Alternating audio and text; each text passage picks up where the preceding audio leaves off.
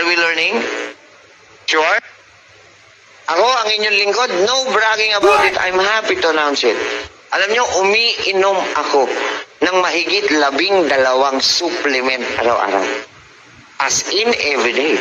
Just to keep myself body healthy. 12, Dok, ang gastos mo naman.